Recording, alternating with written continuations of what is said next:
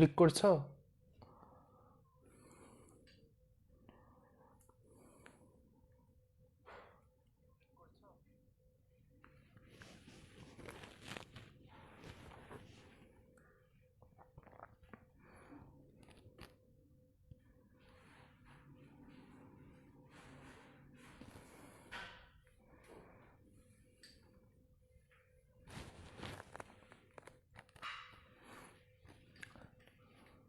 আসসালামু আলাইকুম। আমার কথা শুনতে পাওয়া যাচ্ছে কিনা এবং আমাকে দেখতে পাওয়া যাচ্ছে কিনা ঠিক মতো? ওয়ালাইকুম সালাম। একটু জানালে ভালো হতো, আমাকে দেখতে পাওয়া যাচ্ছে কিনা এবং আমার কথা শুনতে পাওয়া যাচ্ছে কিনা।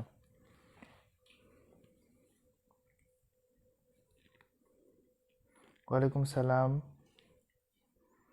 আলহামদুলিল্লাহ, ভালো আছি, ভালো আছি। ওয়ালাইকুম সালাম। সাউন্ড পাচ্ছেন না? আচ্ছা, অল ওকে, সাউন্ড অন করে দেন, তাহলেই পেয়ে যাবেন। আচ্ছা, শোনাও যাচ্ছে, দেখাও যাচ্ছে, আচ্ছা ঠিক আছে। আচ্ছা, তাহলে তার কোনো সমস্যা নাই, আমরা এখনই পড়াশোনা শুরু করে দিব। ওয়ালাইকুম সালাম রুকসানা, ওয়ালাইকুম সালাম। সব কিছু ঠিকঠাক, আচ্ছা ভেরি গুড। তাহলে তাহলে আমরা পড়া শুরু করে দেবো একটু কিছুক্ষণের মধ্যেই। হ্যাঁ, এখন শোনা যাচ্ছে না? আচ্ছা ঠিক আছে। কেমন আছেন? আলহামদুলিল্লাহ ভালো আছি, তোমরা কেমন আছো?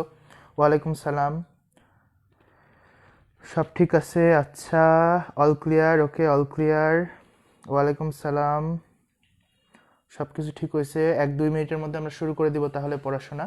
তো তোমাদের সবার সাথে হয়তো আমার আগে থেকে পরিচয় নাই, নতুন করে পরিচয় হচ্ছে। যারা আগে ক্লাস করেছো তারা তো করেছোই। ওয়ালাইকুম সালাম, আলহামদুলিল্লাহ ভালো আছি। আর আজকে থেকে আমরা আবার নতুন করে করা শুরু করব এবং অনলাইন ক্লাস করে করা শুরু করব। তো আজকে আমাদের লেকচার হচ্ছে লেকচার নাম্বার 5। আর আজকে আমরা যে চ্যাপ্টার নিয়ে কথা বলবো সেখানে তোমাদের মেইনলি দুইটা কথা আছে। একটা হচ্ছে শ্বসন ও শ্বাসক্রিয়া, আর একটা হচ্ছে বর্জ্য ও নিষ্কাশন। এবং এর আগের চ্যাপ্টারটা ছিল হচ্ছে পরিপাক। এই তিনটা চ্যাপ্টার রিলেটেড: পরিপাক, শ্বসন ও শ্বাসক্রিয়া, বর্জ্য ও নিষ্কাশন।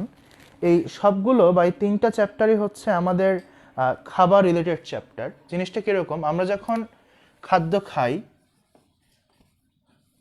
সেই খাদ্যটা পরিপাক হয়। পরিপাক হওয়ার পর সেই খাদ্য থেকে শক্তি পাওয়া যায়। এই খাদ্য থেকে শক্তি পাওয়াটাকেই বলা হয় শ্বসন। আর খাদ্য থেকে শক্তি পাওয়ার পর যে বাকি অংশ থাকে তা দেহ থেকে বের হয়ে যায়। এই বের হয়ে যাওয়াকে বলা হয় বর্জ্য নিষ্কাশন। তাহলে আমাদের বডিতে এরা এইভাবে রিলেটেড যে খাদ্যের প্রথমে পরিপাক হয়।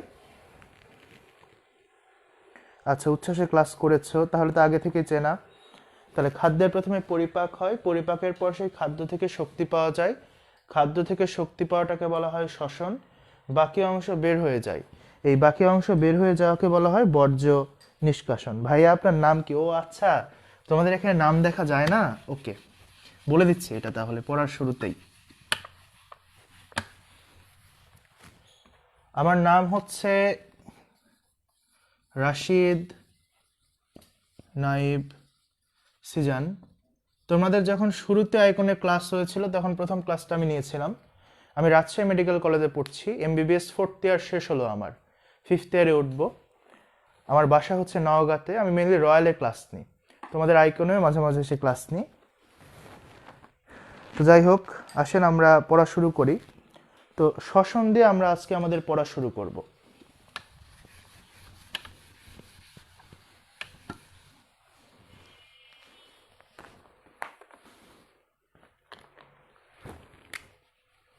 তো শ্বসন, এই শ্বসন কথাটার মানে হচ্ছে শক্তি উৎপাদন। তাহলে মনে রাখবা শ শ, দেখো শ্বসন, শক্তি উৎপাদন। আমাদের যে কোনো শক্তির উৎসটা হচ্ছে খাবার। তাহলে এই শক্তিটা আসে আমাদের খাবার থেকে, এবং খাবার থেকে যখন শক্তি পেতে হয় তখন খাবারের সঙ্গে অক্সিজেনের বিক্রিয়া দিতে হয়। খাবারের সঙ্গে যখন অক্সিজেন বিক্রিয়া করে তখন সেই খাবার থেকে তৈরি হয় শক্তি, আর তার সঙ্গে তৈরি হয় হচ্ছে কার্বন ডাই অক্সাইড। তাহলে শ্বসন মানে স দিয়েই শক্তি উৎপাদন, শক্তিটা পাই আমরা খাবার থেকে, আর খাবারের সঙ্গে অক্সিজেনের বিক্রিয়ার ফলে শক্তি পাওয়া যায়, তার সাথে উৎপন্ন হয় কার্বন ডাই অক্সাইড। তাহলে দেখো শ্বসন প্রক্রিয়ার সাথে দুইটা গ্যাস জড়িত। কোন দুইটা গ্যাস? একটা হচ্ছে অক্সিজেন জড়িত, আর একটা হচ্ছে কার্বন ডাই অক্সাইড জড়িত। তাহলে যদি কখনো প্রশ্ন আসে যে হচ্ছে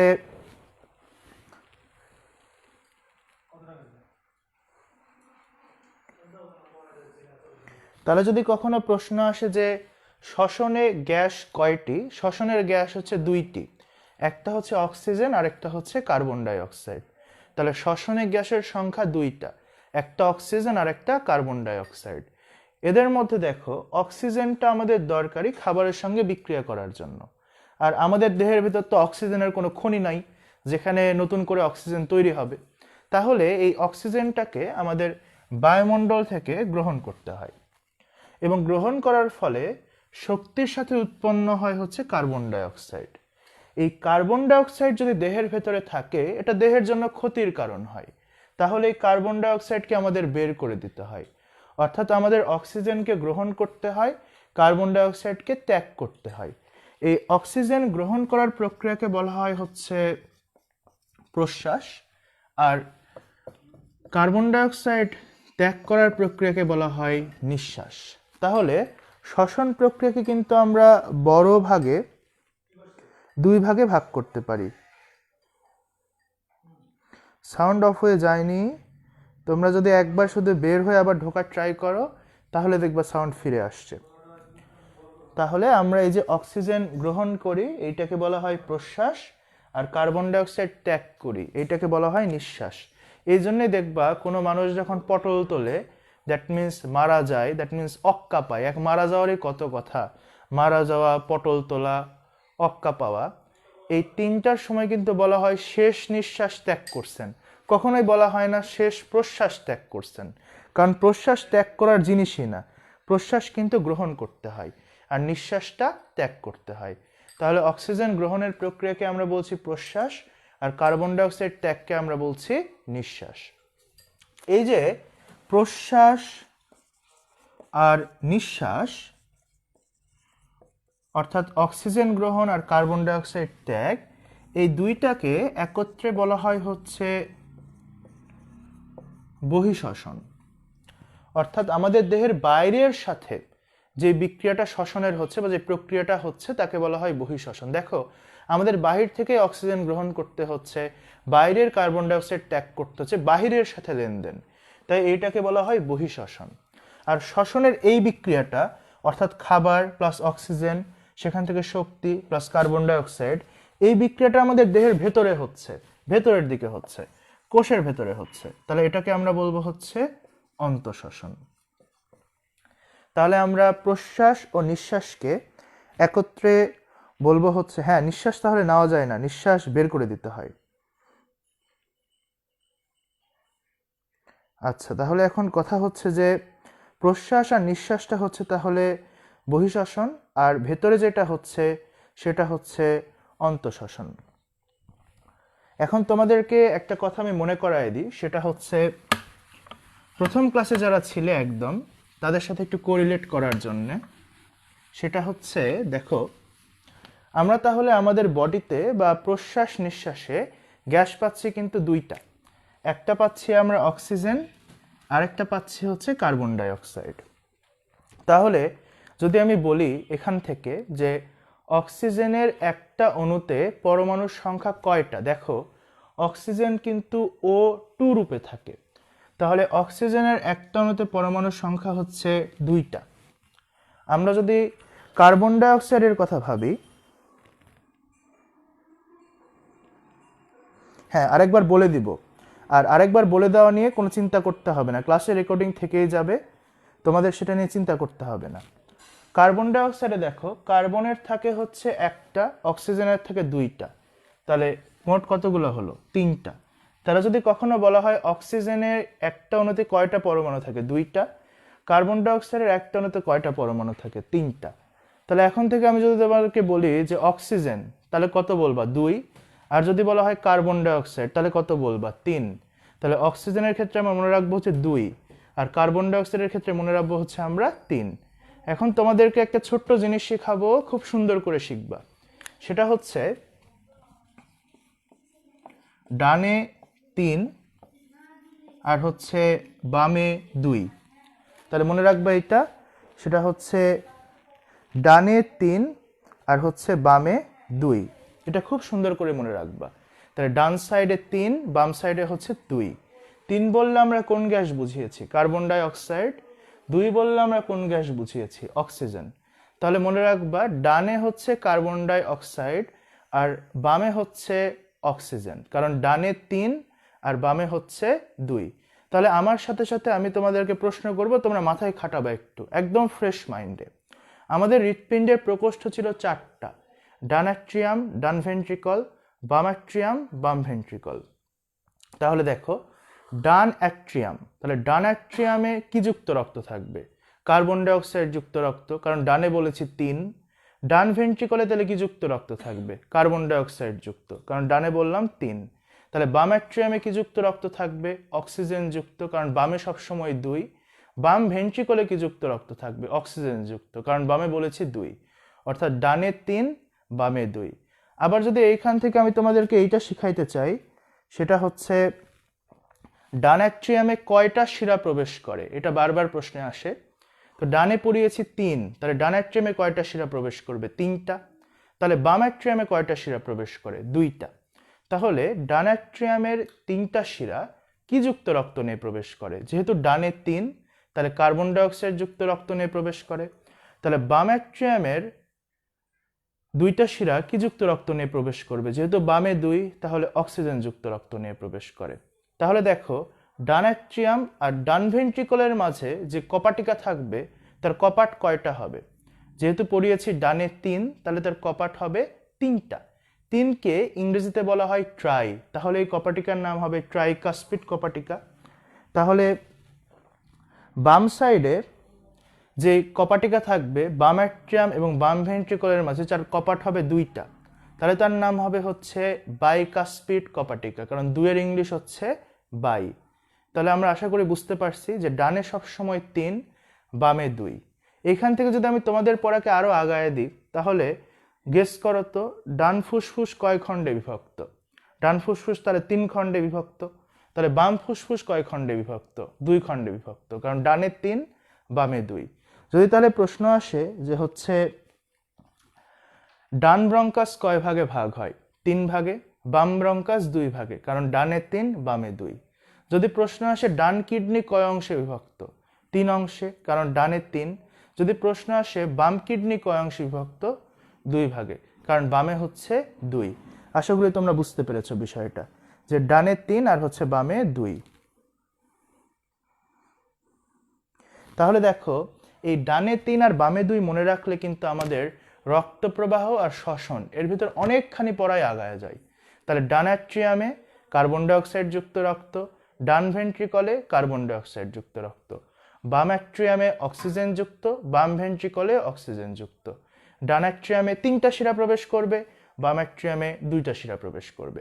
ডান অ্যাট্রিয়ামের 3টা শিরা কার্বন ডাইঅক্সাইড যুক্ত রক্ত নিয়ে প্রবেশ করবে, বাম অ্যাট্রিয়ামের 2টা শিরা অক্সিজেন যুক্ত রক্ত নিয়ে প্রবেশ করবে।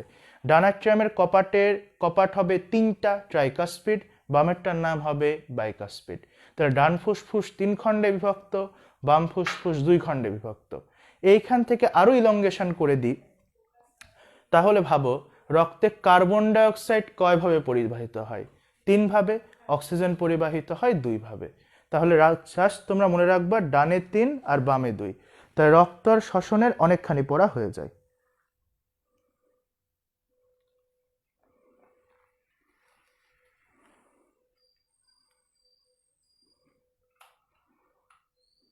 হ্যাঁ, তোমরা শুরুতে একটু মনোযোগ হারায় ফেলছিলা মনে হয়।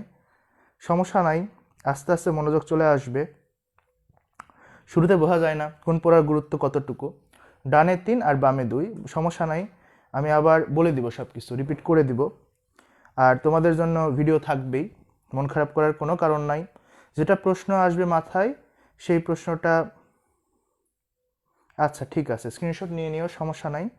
আর যেই প্রশ্ন মাথায় আসবে সেই প্রশ্ন কমেন্টে করে ফেলবে, কিন্তু পড়াশোনার বাইরে একটু মানে কমেন্ট না করাই ভালো। হ্যাঁ, আসেন আমরা পড়াশোনায় ফিরে আসি।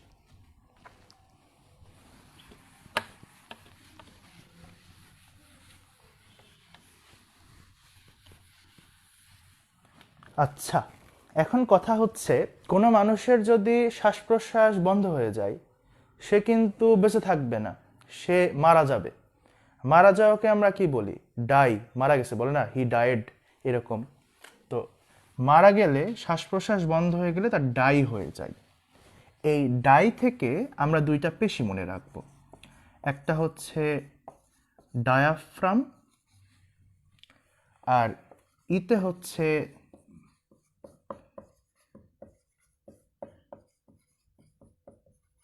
ইন্টারকোস্টাল পেশি।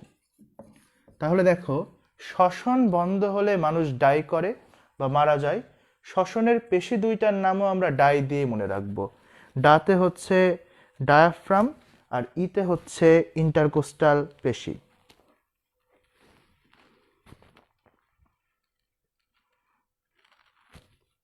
তাহলে শ্বসনের পেশি দুইটা, একটা হচ্ছে ডায়াফ্রাম আর একটা হচ্ছে ইন্টারকোস্টাল পেশি।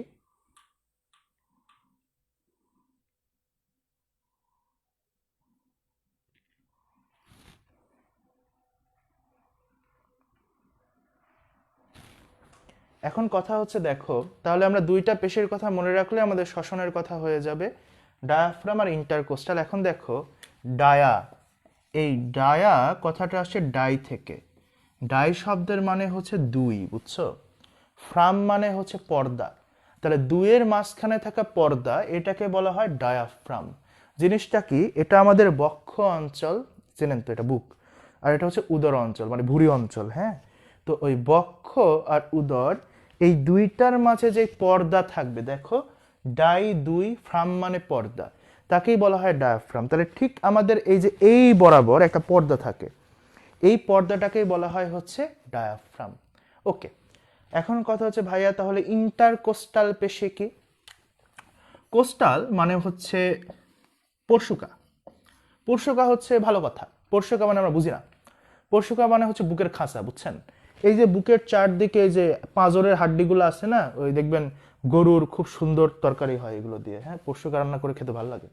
আচ্ছা, তো হচ্ছে পরশুকা, কোস্টাল মানে পরশুকা। এই পরশুকার মাঝে মাঝে যে পেশিগুলো থাকে সেটাকে বলা হয় ইন্টারকোস্টাল পেশি। তাহলে এই যে একদম দুইয়ের মাঝখানে যে পর্দা তার নাম হচ্ছে ডায়াফ্রাম, আর এই পরশুকার ভেতরে ভেতরে যে পেশি তার নাম ইন্টারকোস্টাল পেশি। আজ আমি বডি বিল্ডার হলে, জিম করলে, কাপড় চোপড় খুলে তোমাদেরকে দেখাতাম, সেটা দেখাতে পারছি না, দুঃখিত। তাহলে এই সাইডে থাকে হচ্ছে ইন্টারকোস্টাল পেশি আর এইখানে থাকবে হচ্ছে ডায়াফ্রাম।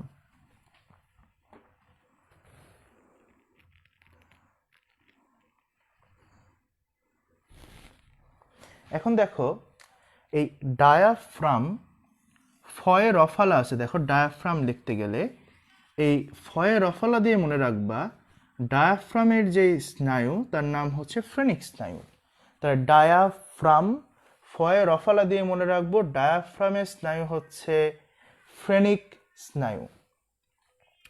আর ইন্টারকোস্টাল পেশির যে স্নায়ু তার নাম হচ্ছে ইন্টারকোস্টাল স্নায়ু। তাহলে ডায়াফ্রামের যে স্নায়ু তার নাম হচ্ছে ফ্রেনিক স্নায়ু, আর হচ্ছে ইন্টারকোস্টাল পেশির যে স্নায়ু তার নাম হচ্ছে ইন্টারকোস্টাল স্নায়ু।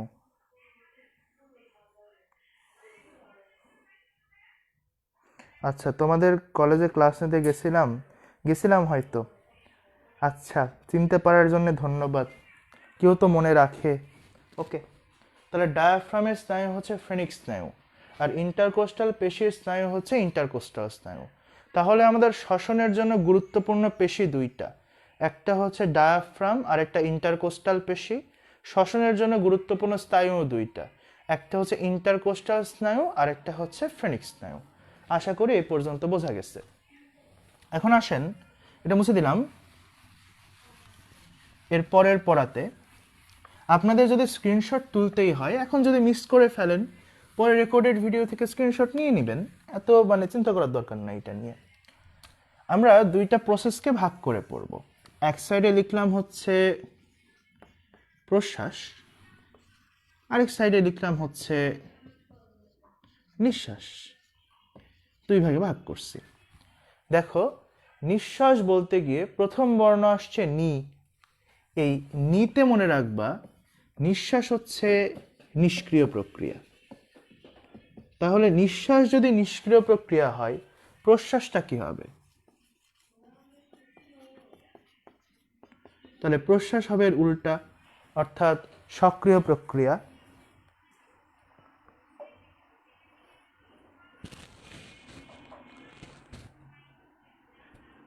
আচ্ছা,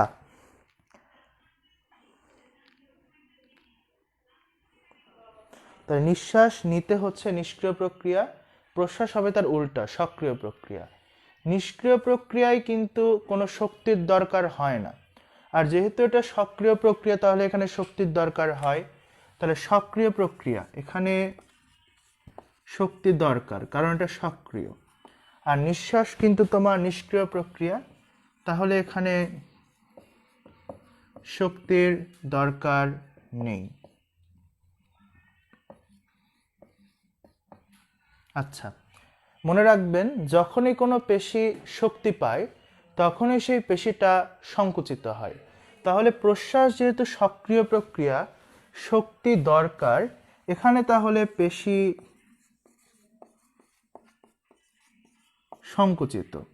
তাহলে এখানে তার উল্টা হবে, এখানে তাহলে হবে পেশি প্রসারিত। তাহলে দেখো, প্রশ্বাসে সব স দিয়ে, সক্রিয় প্রক্রিয়া, শক্তি দরকার, পেশি হয় সংকুচিত। নিঃশ্বাস তার উল্টা, সক্রিয় প্রক্রিয়া তার উল্টা নিষ্ক্রিয় প্রক্রিয়া। এখানে শক্তি দরকার, এখানে শক্তির দরকার নাই। এখানে পেশি সংকুচিত, এখানে হচ্ছে পেশি প্রসারিত।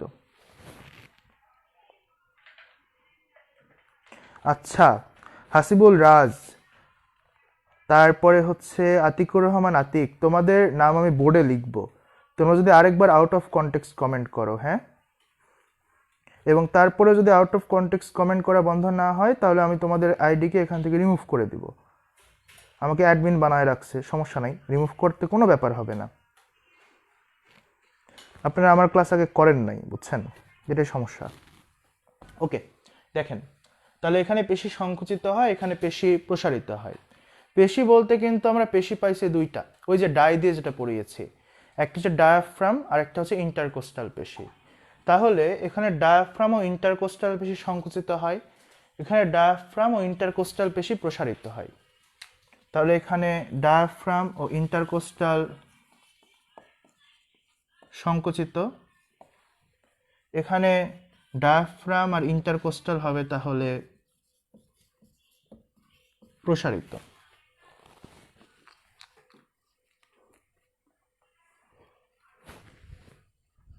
এটুকু মুছে দিলাম। তাহলে ডায়াফ্রাম ইন্টারকোস্টাল এখানে সংকুচিত হলো, এখানে প্রসারিত হলো।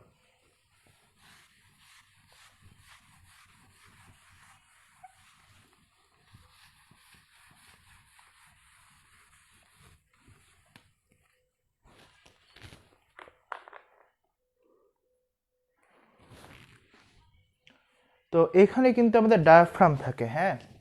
দেখেন, আমি শ্বাস নিলাম, শ্বাস ধরে আছে এখনো, শ্বাস নিলাম, তাহলে আমার ডায়াফ্রাম সংকুচিত হচ্ছে। সংকুচিত হলে আমার ডায়াফ্রামটা কিন্তু নিচের দিকে নেমে যাচ্ছে। অর্থাৎ ডায়াফ্রাম যখন সংকুচিত হয়, ডায়াফ্রাম তখন নিচের দিকে নেমে আসে। শনি গ্রহের নাম শুনছেন না? শনি মনে রাখবেন, সংকুচিত নিচের দিকে নেমে আসে, এরকম। তাহলে ডায়াফ্রাম সংকুচিত হলে নিচের দিকে নেমে আসে। তাহলে প্রশ্বাসে ডায়াফ্রাম নিচের দিকে নামে, আর নিঃশ্বাসে তাহলে ডায়াফ্রাম তার উল্টা কাজ করবে, তাহলে ডায়াফ্রাম উপরের দিকে যায়। তাহলে প্রশ্বাসের সময় ডায়াফ্রাম নিচের দিকে নামে, আর নিঃশ্বাসের সময় ডায়াফ্রাম উপরের দিকে যায়। এখন দেখো, এই বরাবর আমার দৈর্ঘ্যকে বলা হয় অনুদৈর্ঘ্য। এটা আমার অনুদৈর্ঘ্য, এটা হচ্ছে আমার অনুপ্রস্থ। কারণ এই বরাবর আমি আমার দৈর্ঘ্য মাপতে পারি, এই বরাবর আমি আমার প্রস্থ মাপতে পারি। তাহলে এইটাকে আমরা বলবো অনুদৈর্ঘ্য ব্যাস, এটাকে বলবো হচ্ছে অনুপ্রস্থ ব্যাস। তাহলে তোমরা আমার একটা প্রশ্নের অ্যান্সার দাও সবাই কমেন্টে, সবাই কমেন্ট করার ট্রাই করবে, আমি কমেন্ট পড়বো।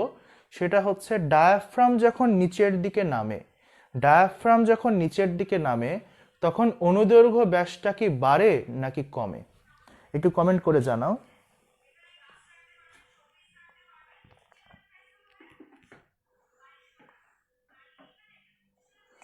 তাহলে অনুদৈর্ঘ্য ব্যাসটা কি বাড়ে নাকি কমে?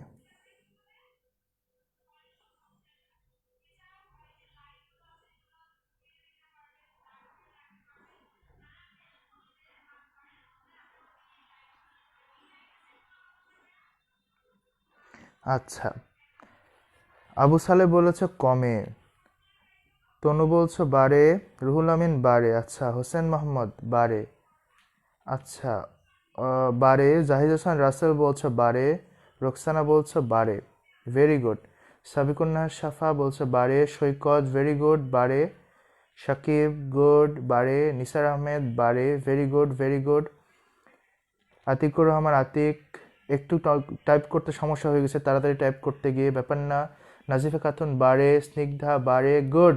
হাসিবুরাজ বাড়ে, নারায়ণ দাস ভেরি গুড বাড়ে, গুড। অপু বাড়ে, লিমা বর্মন বাড়ে, রওশন জান্নাত বাড়ে, ভেরি গুড ভেরি গুড। মনি বাড়ে, গুড। আতিকুর রহমান আতিক কমে, আচ্ছা ঠিক আছে, তোমার উত্তরকেও আমরা অ্যাপ্রিসিয়েট করি। শফিকুল ইসলাম বাড়ে, রুকসানা খাতুন বাড়ে, তামিম হোসেন বলছো বাড়ে, দোয়েল বলছো বাড়ে, শাহাদত বলছো কমে, আচ্ছা।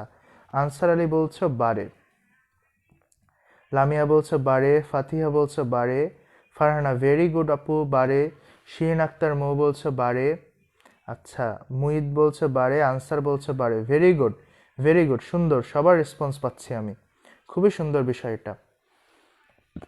তাহলে দেখো, ডায়াফ্রাম যখন নিচের দিকে নামছে, হ্যাঁ, ডায়াফ্রাম নিচের দিকে নেমে গেলে আমার অনুদৈর্ঘ্য ব্যাসটা তো বেড়ে যাচ্ছে, কারণ এটা নিচের দিকে গেলে এই বরাবর কিন্তু আকারটা বেড়ে যাচ্ছে। তাহলে ডায়াফ্রাম যখন নিচের দিকে নামে তাহলে অনুদৈর্ঘ্য ব্যাসটা কিন্তু বাড়ে। তাহলে ডায়াফ্রাম নিচের দিকে নামলে অনুদৈর্ঘ্য ব্যাস বাড়ে। তাহলে ডায়াফ্রাম যখন উপরের দিকে যায় তার উল্টা হবে, এখানে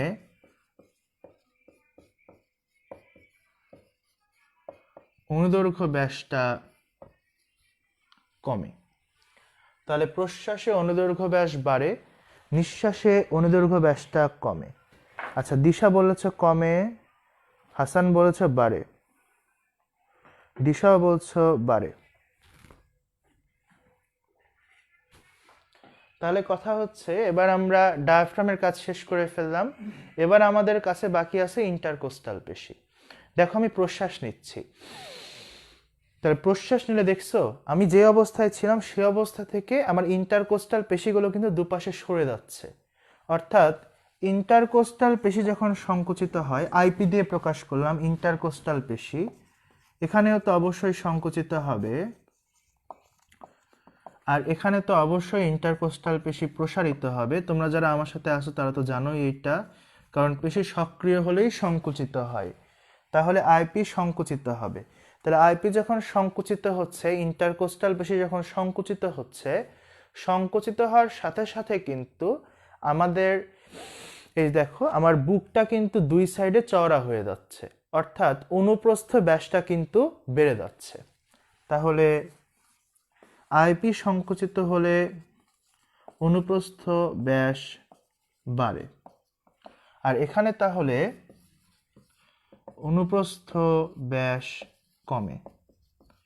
খেয়াল করার বিষয়টা দেখছো যে প্রশ্বাসে কিন্তু সবসময় বাড়তেছে, দেখো প্রশ্বাসে অনুদৈর্ঘ্য ব্যাসটাও বাড়ছে, অনুপ্রস্থ ব্যাসটাও বাড়ছে, আর নিঃশ্বাসে সবসময় কমছে, মানে নাই নাই নাই নাই। একটা মানুষ নাই নাই কখন বলে? যখন তার সবকিছু কমে যায়। তাই দেখো নিঃশ্বাস নাই নাই, তাই অনুদৈর্ঘ্য ব্যাসটাও নাই নাই অর্থাৎ কমে গেছে, অনুপ্রস্থ ব্যাসটাও নাই নাই অর্থাৎ কমে গেছে, আর প্রশ্বাস সক্রিয় তাই আসে আসে অর্থাৎ বেড়ে বেড়ে গেছে। তাই নাই নাই, তাই অনুদৈর্ঘ্য ব্যাসও কমে গেছে, অনুপ্রস্থ ব্যাসটাও কমে গেছে।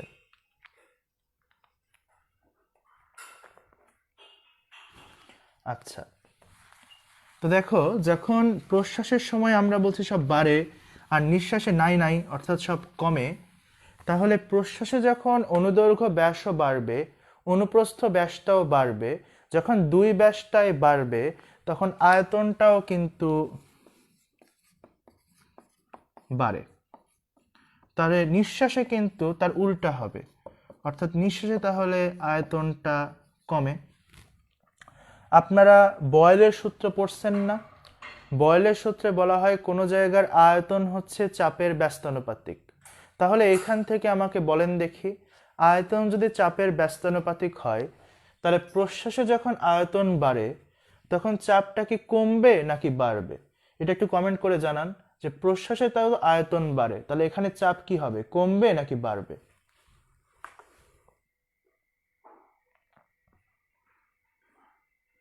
হ্যাঁ, রেসিডুয়াল ভলিউম বলে দিব বাবু, সমস্যা নাই।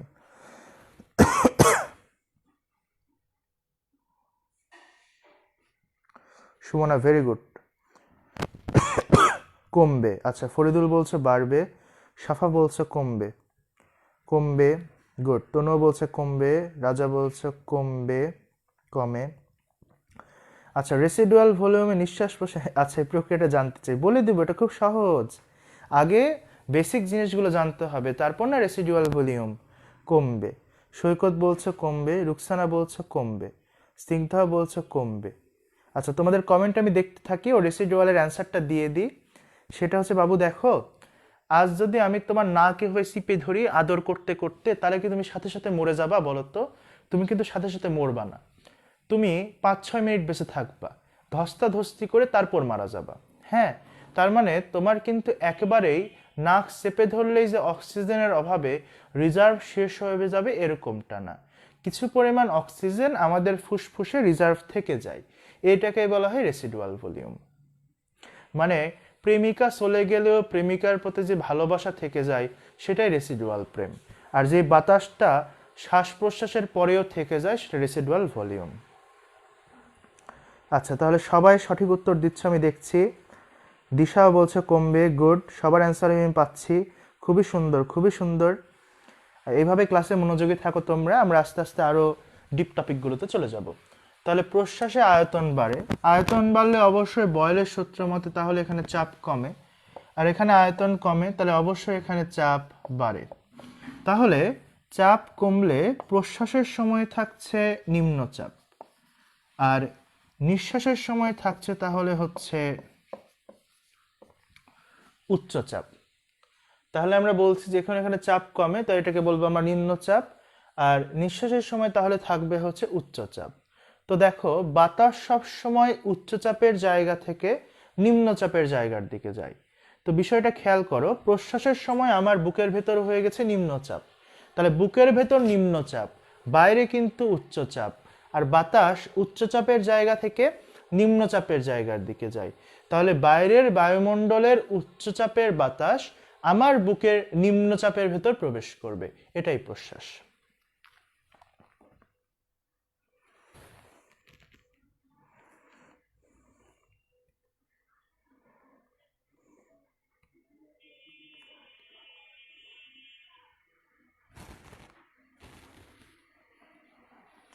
তাহলে আমরা কি মনে রাখলাম, সেটা হচ্ছে আমার বুকের ভেতর তাহলে নিম্নচাপ, বাইরে হচ্ছে উচ্চচাপ, তাহলে বাহির থেকে উচ্চচাপের বাতাস আমার বুকে প্রবেশ করবে।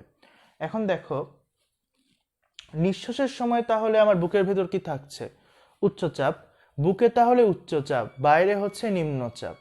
তাহলে কিন্তু তোমার বাইরে নিম্নচাপ, ভেতরে উচ্চচাপ, ভেতর থেকে বাতাস বাইরে চলে যাবে, এই প্রক্রিয়াটাকেই বলা হয় নিঃশ্বাস, কারণ পদার্থ সবসময় উচ্চচাপের জায়গা থেকে নিম্নচাপের জায়গার দিকে যায়।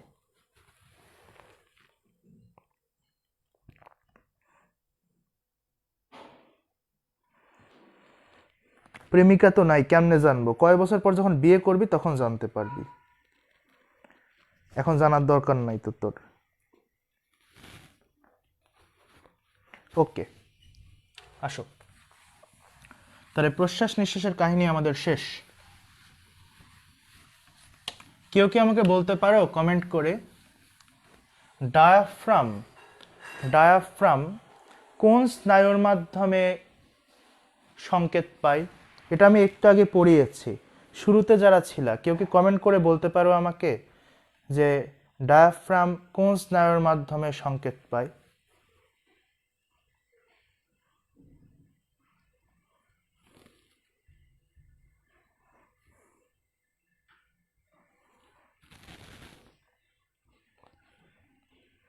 গুড, ঋতু বলেছে ফ্রেনিক।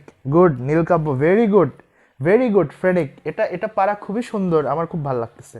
নুসরাত সোনা phrenic, Faridul Islam phrenic, good. Phrenic স্নায়ু, ভেরি গুড মুরসালিন।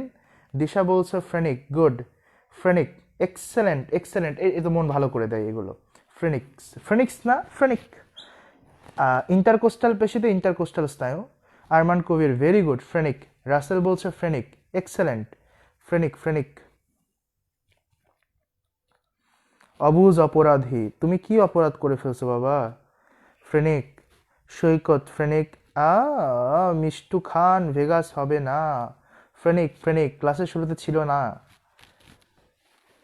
ফ্রেনিক, আচ্ছা গুড ফ্রেনিক, এক্সেলেন্ট এক্সেলেন্ট। আচ্ছা, তো দেখেন আমরা এবার নতুন একটা জিনিস নিয়ে পড়াশোনা করব,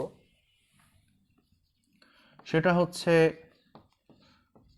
শ্বসন পথ।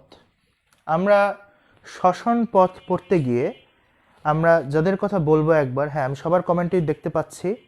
সাফাত সুন্দর, ভালো হয়েছে বাবু। তমা ভেরি গুড, সবাই সুন্দর সুন্দর বাবু, সবাই ভালো ভালো বাবু, সবাই ভদ্র বাবুর মতো ক্লাস করতেছে, খুবই ভালো ব্যবসায়ী, মনে ভালো করে দেয় এসব বাবুরা। আচ্ছা দেখো, যাই হোক শ্বসন পথ। তো শ্বসন পথ পড়তে গিয়ে আমরা প্রথমে শ্বসন গ্যাসের চর্চাটা আরেকবার পড়ব। আমরা শ্বসন গ্যাস বলছি দুই প্রকার, একটা হলো অক্সিজেন আর একটা হচ্ছে কার্বন ডাই অক্সাইড। এই শ্বসন গ্যাস যে পথে আদান প্রদান হয় সেই পথটাকেই বলা হয় শ্বসন পথ। অর্থাৎ অক্সিজেন এবং কার্বন ডাইঅক্সাইড আনা নেওয়ার জন্য যে পথটা ব্যবহৃত হয় আমাদের বডিতে, সেইটাই হচ্ছে শ্বসন পথ।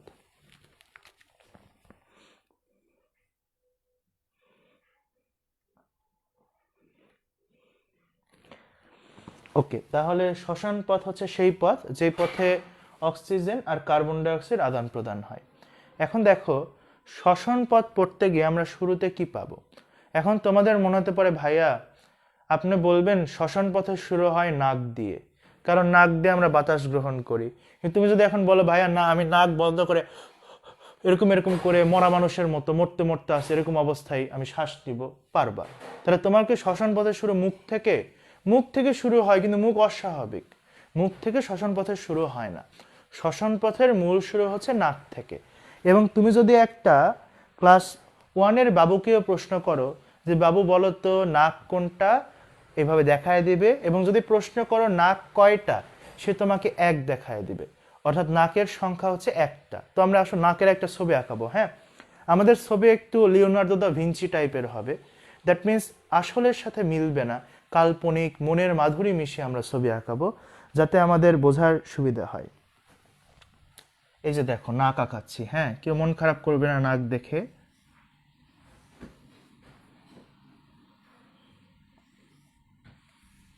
এই যে দেখো এটা হচ্ছে মানুষের নাক, বুঝছো? এই যে দেখো আস্তে আস্তে উপরের দিকে উঁচু হয়ে উঠছে, আমার নাকও এরকম উঁচু হওয়া। তাহলে এটাই হচ্ছে নাক। এটা লিওনার্দো দা ভিঞ্চি টাইপের ছবি। তো আমি না আঁকায় যদি এটা শুধু ভিঞ্চি আঁকাতো, আঁকা এখানে একটা সই দিয়ে দিত এরকম এরকম করে, তাহলে তো কয়েক কোটি টাকা দিয়ে বিক্রি হতো। আমি আঁকাইছি বলে কোনো ইয়ে নাই। হ্যাঁ, মনের নাকই বড় নাক, এক্স্যাক্টলি। তো যাই হোক সেটা বড় কথা না। প্রথম কথা হচ্ছে নাক একটা, কিন্তু নাকের সামনে ছিদ্র দুইটা, পেছনেও ছিদ্র দুইটা। ছিদ্রকে আমরা বলি রন্ধ্র। সামনের দিকে রন্ধ্রকে আমরা বলবো তাহলে সম্মুখ নাসারন্ধ্র, পেছনের দিকে রন্ধ্রকে আমরা বলবো পশ্চাৎ নাসারন্ধ্র। তাহলে এই দুইটার নাম হবে বা এই দুই বাবুর নাম হবে হচ্ছে সম্মুখ নাসারন্ধ্র, আর এই দুইজনের নাম হবে হচ্ছে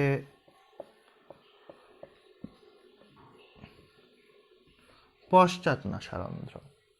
তাহলে সম্মুখ নাসারন্ধ্র আর হচ্ছে পশ্চাৎ নাসারন্ধ্র।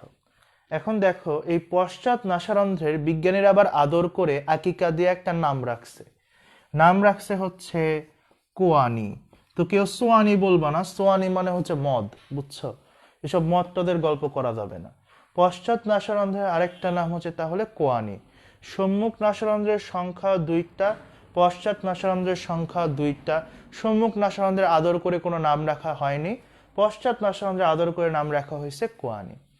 ছোট বাচ্চাদের দেখবা কি সুন্দর, তারা নাকে সবসময় হাত দিয়ে এরকম এরকম করতেই থাকে।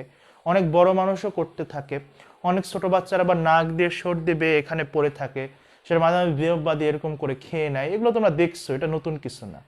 যেটা তোমরা ভালো করে খেয়াল করনি বা করেও হয়তো থাকছো, সেটা হচ্ছে সম্মুখ নাসারন্ধ্রের ঠিক এইখানে লোমের মতো থাকে অনেকগুলো, খুব পরিষ্কার, খুব সুন্দর দেখতে লোমগুলো, দেখলেই মনে হয় আশ্রয়, এইরকম খুবই সুন্দর, খুবই পরিষ্কার। তো এই যে পরিষ্কার যে লোমগুলো দেখা যায়, এই লোমগুলো আসলে কিন্তু পরিষ্কার দেখতে হলেও মারাত্মক রকম অপরিষ্কার। কেননা তুমি যেই অপরিষ্কার বাতাস তোমার নাকের ভেতর দিয়ে নিচ্ছ, এই লোমগুলো সেই অপরিষ্কার বাতাস থেকে রোগ, জীবাণু, ধুলো, বালি সব কিছু শোষণ করে সেই অপরিষ্কার বাতাসকে পরিষ্কার করে তোমার পরিষ্কার ফুসফুসে পাঠানোর পরিষ্কারভাবে দায়িত্ব পালন করে। অর্থাৎ ব্যাপারটা কি দাঁড়াচ্ছে, এই লোমগুলো আছে বলেই আমরা অপরিষ্কার বাতাসের রোগ, জীবাণু, ধুলোবালি এসব দ্বারা কিন্তু আক্রান্ত হচ্ছি না। তাহলে আমাদের প্রতিরক্ষায় কিন্তু এই লোমগুলো খুব গুরুত্বপূর্ণ ভূমিকা পালন করে। এই আলা ভোলা ভালো লোমগুলো যেখানে থাকে তার নাম হচ্ছে ভেস্টিবিউল। তাহলে ভালো লোম যেখানে থাকে সেখানকার নাম হচ্ছে ভেস্টিবিউল। আলা ভোলা ভালো লোম থাকে হচ্ছে ভেস্টিবিউলে। হ্যাঁ, আমরা ভদ্র বাবু, আমরা কোয়ানি বলি না। গুড, তোমরা খুবই ভদ্র।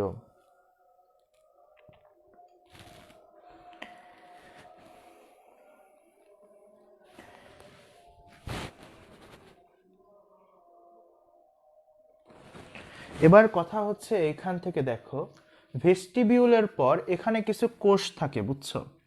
যেই কোষগুলো আমাদের খাবারের গন্ধ নিতে সহায়তা করে। তো খাবারের গন্ধ নিতে যেই কোষগুলো আমাদেরকে সহায়তা করে, সেই কোষগুলোকে বলা হয় হচ্ছে অলফ্যাক্টরি কোষ। তো এটা মনে রাখবা কিভাবে, দেখবা সব ফ্যাক্টরির পাশ দিয়ে গেলেই গন্ধ লাগে। কিছু ফ্যাক্টরির পাশ দিয়ে গেলে ভালো গন্ধ লাগে, কিছু ফ্যাক্টরির পাশ দিয়ে গেলে খারাপ গন্ধ লাগে। যেটাই লাগুক না কেন, সব ফ্যাক্টরির পাশ দিয়ে গেলেই গন্ধ লাগে। সবের ইংলিশ হচ্ছে অল, ফ্যাক্টরির ইংলিশ হচ্ছে ফ্যাক্টরি। তাহলে অল ফ্যাক্টরি কোষের কাজ হচ্ছে গন্ধের উদ্দীপনা বহন করা। তাহলে এটা মনে রাখবেন আপনারা যে হচ্ছে অলফ্যাক্টরি কোষ থাকছে। তাহলে শুরু থেকে আমরা শুরু করি। সম্মুখ নাসারন্ধ্র থাকবে সামনে, পেছনে থাকবে পশ্চাৎ নাসারন্ধ্র, প্রত্যেকের সংখ্যা 2টা করে। লোমযুক্ত আলা ভোলা ভালো যেই অঞ্চল তার নাম ভেস্টিবিউল। গন্ধ আদান প্রদানের জন্য যেই কোষ তার নাম হচ্ছে অলফ্যাক্টরি কোষ। তাহলে এইটুকু আমি মুছে দিলাম।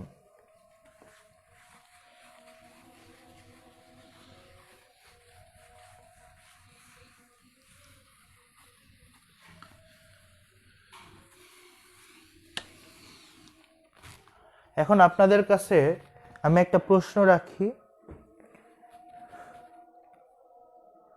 সেটা হচ্ছে প্রশ্নটার অ্যান্সার আপনারা দেন। সেটা হচ্ছে পশ্চাৎ নাসারন্ধ্রকে তাহলে আদর করে কি নামে ডাকা হয়? পশ্চাৎ নাসারন্ধ্রকে আদর করে কি নামে ডাকা হয়?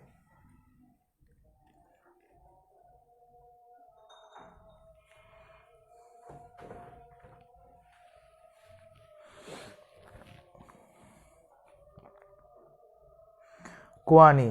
গুড সাকিব। প্রজাপতি নীল কোয়ানি, আচ্ছা। দিশা কোয়ানি, গুড। জাকারিয়া ঋতু কোয়ানি, হাজরুল ইসলাম কোয়ানি, তারিন আক্তার কোয়ানি, তনু কোয়ানি, গুড, আচ্ছা।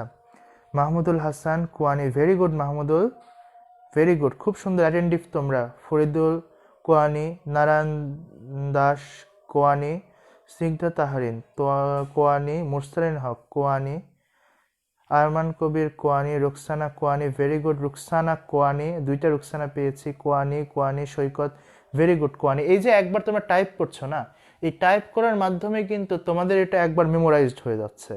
হ্যাঁ, সুগন্ধি কর্মকার কোয়ানি, তমা কোয়ানি, very good very good very good, Apu কোয়ানি, ভেরি গুড, লাইলা জাহান কোয়ানি, ভেরি গুড এক্সেলেন্ট। আসেন, এবার আমরা যে নালীটা নিয়ে পড়ব সেটা হচ্ছে ট্রাকিয়া বা শ্বাসনালী। এই যে এরকম লম্বা একটা নালী থাকে আমাদের শ্বসনতন্ত্রে, এটাকে বলা হয় শ্বাসনালী বা ট্রাকিয়া। এই ট্রাকিয়াতে এরকম তরুণাস্থি থাকে, আপনারা গরু ছাগলের দেখছেন এইটা, ইভেন মানুষেরও দেখতে পাবেন, নিজের গলার এইখানে নিজে এখানে চাপ দেন, দেখেন একদম নরম নরম একটা নালী ফিল হবে। এই নরম নরম নালীকে বলা হয় তরুণাস্থি নির্মিত ট্রাকিয়া। তো কেন তরুণাস্থি? দেখো এই যে যেখানে নরম নরম দেখা যাচ্ছে চাপ দিলে, এটা কিন্তু মাংসের চেয়ে শক্ত, হাড়ের চেয়ে নরম, মাংসের চেয়ে শক্ত, হাড়ের চেয়ে নরম এই গঠনকে বলা হয় তরুণাস্থি। তাহলে দেখো ট্রাকিয়া, ট্রাকিয়া তরুণাস্থি নির্মিত, ট ত মিল আছে কিন্তু দেখছো, ট্রাকিয়া তাহলে তরুণাস্থি নির্মিত। এবার দেখো তরুণাস্থি বলতে গেলে প্রথম বর্ণ কি আসছে? ত। ত থেকে 1 থেকে 10-এর মধ্যে সংখ্যা হচ্ছে 3। আচ্ছা, তাহলে ইংরেজি 3 নাম্বার বর্ণ কোনটা? ইংরেজি 3 নাম্বার বর্ণ হচ্ছে সি। তাহলে যদি প্রশ্ন আসে যে ট্রাকিয়া কোন আকৃতির তরুণাস্থি দ্বারা গঠিত, অ্যান্সার হবে সি আকৃতি। দেখছো কত সুন্দর মিল আসছে। তাহলে ট্রাকিয়া তরুণাস্থি, ততে 3 নাম্বার বর্ণ সি, তাহলে ট্রাকিয়া সি আকৃতির তরুণাস্থি দ্বারা নির্মিত। এই সি থেকে মনে রাখবা 16, সি থেকে মনে রাখবা হচ্ছে 16। তাহলে ট্রাকিয়া 16 থেকে 20টি সি আকৃতির তরুণাস্থি দিয়ে গঠিত। তাহলে ট্রাকিয়া তরুণাস্থি 3 নাম্বার বর্ণ হচ্ছে সি, সিতে 16 থেকে 20টি তরুণাস্থি দিয়ে গঠিত।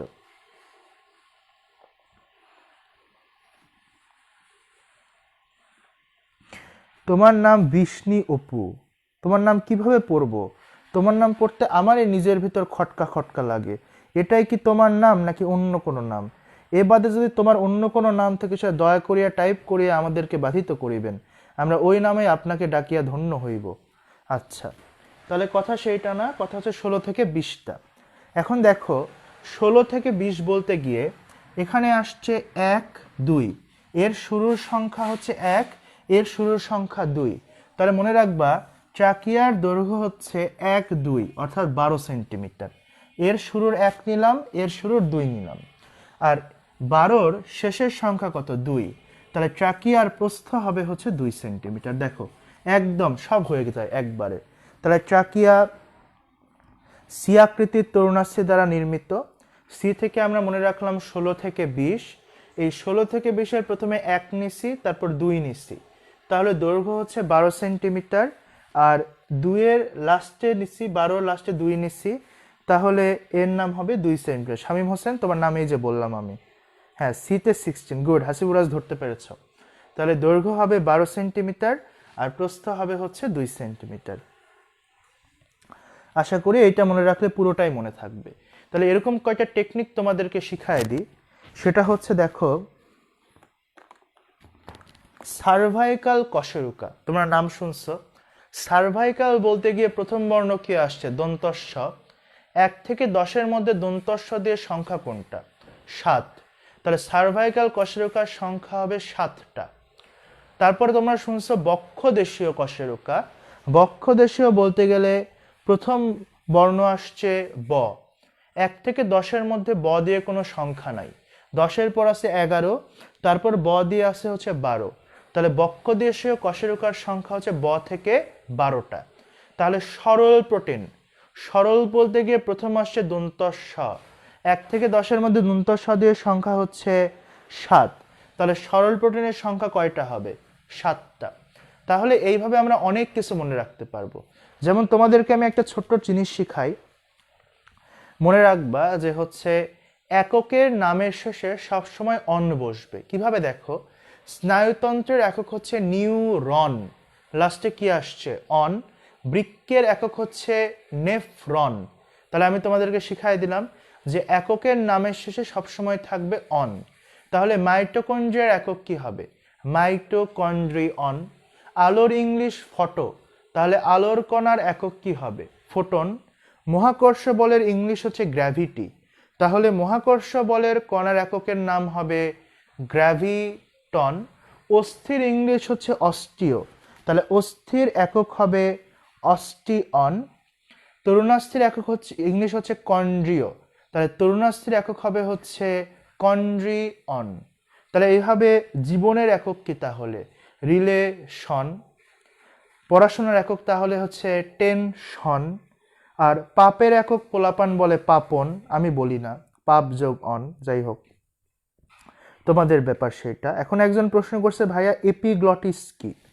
আমাদের স্বর তৈরি করার জন্য যে যন্ত্র থাকে তার নাম স্বরযন্ত্র, কখনোই ষড়যন্ত্র বলবা না।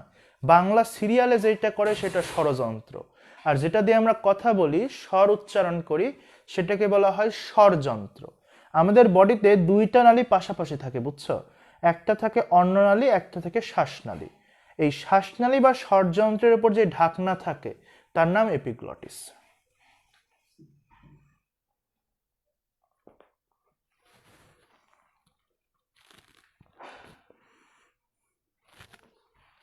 আশা করা যায় এগুলো বোঝা গেছে। এখন কথা হচ্ছে এই যে ট্রাকিয়া আছে, আমরা বললাম ট্রাকিয়ার প্রস্থ হচ্ছে 2 সেন্টিমিটার। এই 2 থেকেই মনে রাখবেন ট্রাকিয়া এসে 2 ভাগে ভাগ হয়, তাহলে 2 সেন্টিমিটার প্রস্থ 2 ভাগে ভাগ হয়, ডান দিকে আর বাম দিকে। বাম দিকে যেটা থাকে তার নাম হচ্ছে বাম ব্রঙ্কাস, আর ডান দিকে যেটা থাকে তার নাম হচ্ছে ডান ব্রঙ্কাস। তাহলে ট্রাকিয়া 2 ভাগে ভাগ হয়, যেহেতু এরা 2 সেন্টিমিটার, একটার নাম হবে ডান ব্রঙ্কাস, আরেকটার নাম হবে হচ্ছে বাম ব্রঙ্কাস। তাহলে একটু আগে আমি তোমাদেরকে শিখাইছি ডানে 3 আর বামে 2। এখান থেকে আমার প্রশ্নের অ্যান্সার করো তো, তাহলে ডান ব্রঙ্কাস কয় ভাগে ভাগ হয়? এই প্রশ্নের অ্যান্সার দাও। ডান ব্রঙ্কাস কয় ভাগে ভাগ হয়? আমি কমেন্টের অপেক্ষা করছি। ডান ব্রঙ্কাস কয় ভাগে ভাগ হয়?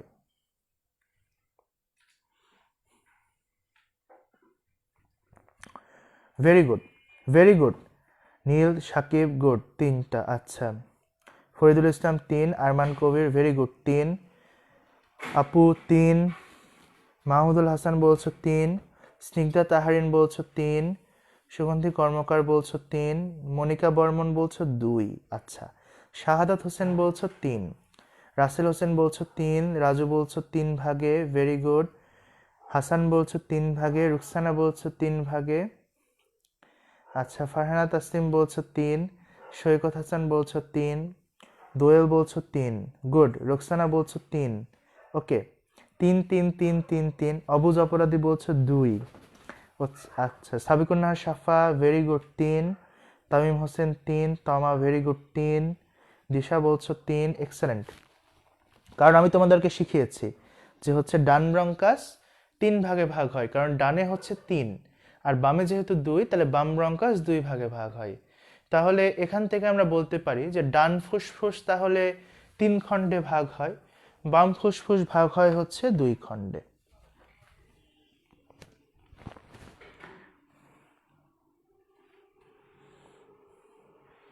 তাহলে আশা করা যায় এই পর্যন্ত আমাদের ক্লিয়ার হয়ে গেছে। আচ্ছা, তাকিয়া বলছো 3, বর্ষা বলছো 3, ভাইয়া সবার আগে আনসার। আচ্ছা, এটা ভালো তো, এই ট্রাই করা ভালো। রেজা বলছো 3, আতিকুল বলছো 3, মুরসালিন বলছো 3, ভেরি গুড মুরসালিন, শুরু থেকে আছো তুমি, গুড। বামে 2, হ্যাঁ গুড সাগর, এক্সেলেন্ট। এই তো পড়া ধরে ফেলে দিছো তোমরা, আর চিন্তার কোনো কারণ নাই আমার।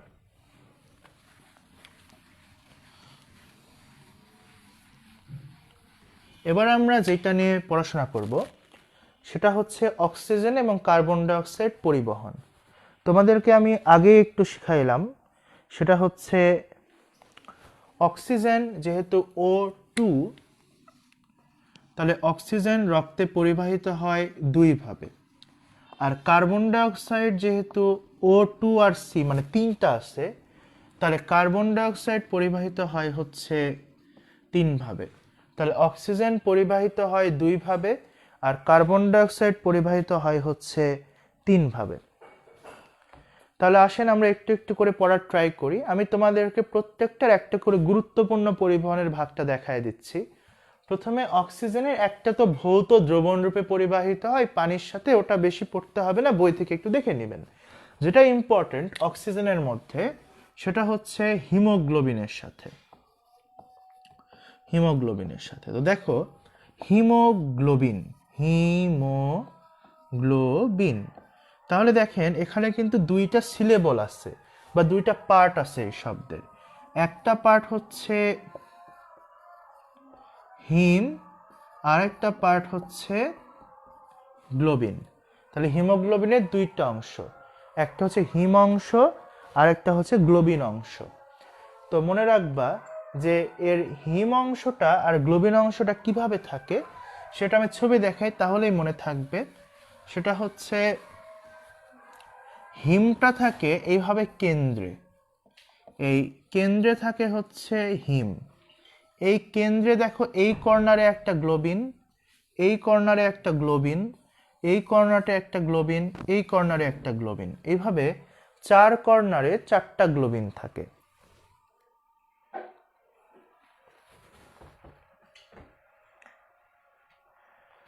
আচ্ছা তোমার স্ক্রিনশট নিতে হবে, তুমি স্ক্রিনশট নিতে হলে ক্লাস শেষে স্ক্রিনশট নিয়ে নিতে পারবে। শব্দ কি আসতেছে এখনো? আজান দিচ্ছিল তো, আজানের শব্দ হতে পারে, হয়তো নয়েজ সৃষ্টি করছিল। আশা করি তাই ক্লিয়ার আছে শব্দ।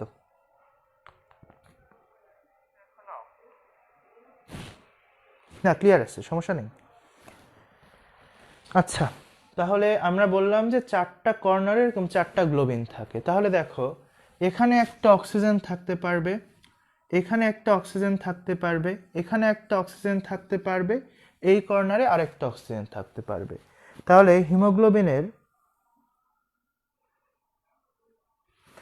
হিমোগ্লোবিনের 4টা কর্নারে কিন্তু 4টা অক্সিজেন থাকতে পারে। তাহলে এখান থেকে আমরা মনে রাখবো যে এক অণু হিমোগ্লোবিন 4 অণু অক্সিজেনের সঙ্গে যুক্ত হয়। তোমরা বারবার এই জিনিসটা ভুল করো, কেন ভুল করো আমার মাথায় কখনোই আসলো না। তাহলে আমরা মনে রাখবো যে হিম কেন্দ্রে থাকলো, এর 4টা প্রান্তে 4টা গ্লোবিন থাকলো, 4টা হাত, এই হাতে একটা অক্সিজেন থাকতে পারে, এই হাতে একটা অক্সিজেন থাকতে পারে, এই হাতে একটা অক্সিজেন থাকতে পারে, এই হাতে আরেকটা, তাহলে 4 হাতে 4টা অক্সিজেন থাকতে পারে। তাহলে এক অণু হিমোগ্লোবিন 4 অণু অক্সিজেনের সঙ্গে সংযুক্ত হয়।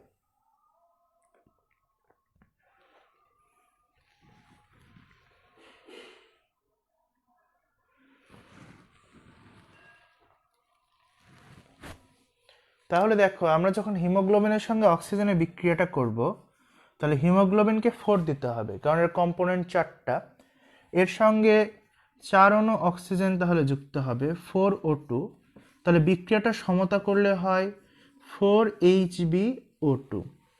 বুঝতে পেরেছেন? তাহলে 4টা হিমোগ্লোবিনের কম্পোনেন্ট থাকে, 4টা কর্নার থাকে, যেন Hb4 দেখিয়েছি, 4 অণু অক্সিজেনের জন্য 4O2 দেখিয়েছি, সমতা করার জন্য এখানে 4 দিয়ে দিছি, দেখো সমতা হয়ে গেছে। 4 দিলে Hb4, 4 দুগুণ 8, এই যে সমতা হয়ে যায়। তাহলে এই যে বিক্রিয়াটা হবে, এই বিক্রিয়াটা সমতা করতে হবে এইভাবে। এখানে দেখো অক্সিজেন আর হিমোগ্লোবিন একত্রে যুক্ত হচ্ছে, তাহলে যুক্ত হওয়া এই যৌগটার নাম হবে হচ্ছে অক্সি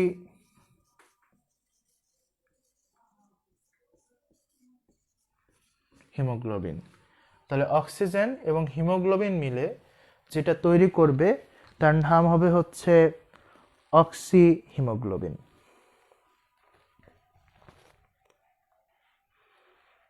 না বাবু, গ্লোবিন মানে অক্সিজেন না, গ্লোবিন হচ্ছে একটা প্রোটিন বাবু। তোমাদের যখন কোষ রসায়ন পড়াবো আমি আশা করি তোমাদেরকে এটা আমি ক্লিয়ার করে দিতে পারবো। হ্যাঁ মনে রাখবেন গ্লোবিন, গ্লোবিন, ইনসুলিন, হ্যাঁ তার মানে মায়োগ্লোবিন, হিমোগ্লোবিন, ইনসুলিন, এই 3টাই গ্লোবিউলার প্রোটিন, এই জন্য গ্লোবিন বলা হয়। কিভাবে মনে রাখবেন? Globin, globin, insulin. যখন আমি তোমাদেরকে কোষ রসায়ন পড়াবো, যদি কোষ রসায়ন ক্লাস পাই তাহলে হয়তো এটা ক্লিয়ার করতে পারবো। যদি শুরু থেকে তোমাদের ক্লাস পেতাম আমি, শুরুটা যদি আমি নিচ্ছিলাম, পরে রাজশাহী যাওয়া হয়ে ওঠেনি, তো শুরু থেকে পাইলে নিজের মতো করে একটু বেসটা গড়ে তোলা যায়। এখন মাঝখান থেকে ধরছি তো একটু আবার আমার নিজের মতো করে নিতে সময় লাগবে। আচ্ছা, তাহলে আশা করি যেটা বোঝা গেছে। এখন আসো কার্বন ডাইঅক্সাইড পরিবহনে চলে আসি। কার্বন ডাইঅক্সাইড পরিবহনে তোমাদের সবচেয়ে সবার সমস্যার যেটা, সেই জিনিসটা নিয়ে আমি কথা বলবো। সেটা হচ্ছে ক্লোরাইড শিফট বিক্রিয়া। তোমরা বা তোমাদের যাদের সাথে আমার কথা হয়েছে আগে, তারা সবাই হচ্ছে এই জিনিসটা নিয়ে আমাকে কনসাল্ট করছে, তো ভাইয়া এটা পড়ালে ভালো হয়। আচ্ছা, আমি পড়িয়ে দিব, কোনো সমস্যা নাই। সেটা হচ্ছে ক্লোরাইড শিফট বিক্রিয়া। তোমরা এই কাজটা করতে পারো যে তোমাদের যেই যেই টপিকের প্রবলেম সেই টপিকগুলো আমাকে জানাতে পারো আগে থেকেই। আমি তাহলে যখন অনলাইনে থাকবো বা যখন ফ্রি থাকবো, তখন হয়তো ওই টপিকটা আমি তোমাদেরকে সলভ করে দিতে পারবো, অথবা ক্লাসে এসে আমি আলাদা করে ওই টপিকটা তোমাকে পড়িয়ে দিতে পারবো। যেহেতু আমি এখন তোমাদের সরাসরি অফলাইন ক্লাস নিতে পারছি না, যারা অফলাইন ক্লাস করছো তারা জানো যে আমি ক্লাসের শেষে বসে প্রবলেমগুলো বুঝাই দিই। যাদের যেই সাবজেক্টেরই যে প্রবলেম থাক আমি বুঝাই দেওয়ার ট্রাই করি, কারণ আমার মনে হয় যে প্রবলেম নিয়ে পরীক্ষার হলে না যাওয়াটাই ভালো। আর আরও বড় ব্যাপার হচ্ছে, আমি যখন তোমাদের ক্লাস নিচ্ছি তখন অটোমেটিকভাবে আমার তোমার প্রতি একটা দায়িত্ববোধ চলে আসবে, এবং এই দায়িত্বটা শুধু কোচিং কর্তৃক তোমাদের উপর অর্পিত দায়িত্ব না, এটা সৃষ্টিকর্তা কর্তৃক আমার উপর অর্পিত দায়িত্ব। তোমরা সারা জীবনে কোথায় যাবে, কি করবে, এটা দিক নির্দেশনা যাওয়ার দায়িত্বটা আল্লাহ আমাকে দিচ্ছেন, এবং সেটা আমার সঠিকভাবে করা উচিত। তো তোমাদের যাদের এরকম পড়তে পড়তে যে টপিকে সমস্যা হবে, কোনো দ্বিধা করবে না, কোনো সংকোচ করবে না যে ভাইয়া বড় এত বয়সে, ভাইয়া মেডিকেলে পড়ে, কিভাবে বলবো না বলবো না, একদম বিনা সংকোচে প্রশ্ন করবা, আমি ফ্রি হলেই অ্যান্সার করে দিব।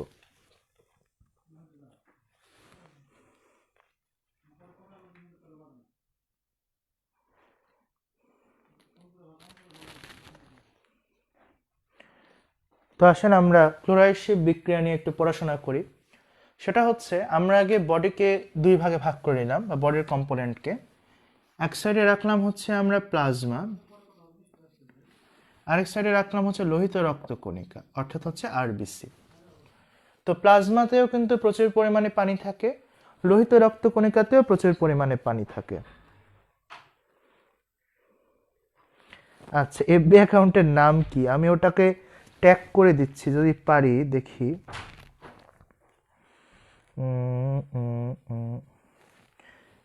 এই যে দেখো, আমি মেনশন করিয়ে দিচ্ছি আমার আইডিটাকে। তোমরা ওই একটু এসে যারা যারা তোমার হচ্ছে প্রশ্ন করতে চাইবে বা অ্যাড হতে চাইবে, তারা একটু মেসেজ রিকোয়েস্ট পাঠিয়ে দিবে আমাকে আগেই, তাহলে আমি ওইখান থেকে চেক করে অ্যাকসেপ্ট করে নিব। ওকে, দেখো সেটা হচ্ছে আমরা দুইটা ভাগে ভাগ করলাম, একটা হচ্ছে প্লাজমা আর একটা হচ্ছে আরবিসি। আমরা জানি প্লাজমার ভেতরেও পানি থাকে, আরবিসির ভেতরেও পানি থাকে। তো প্লাজমার ভেতরে প্রথমে পানি নিই H2O, আরবিসির ভেতরেও পানি নিই H2O। এখন প্লাজমার ভেতরে অবশ্যই কার্বন ডাই অক্সাইড থাকে, আরবিসির ভেতরে অবশ্যই কার্বন ডাই অক্সাইড থাকে।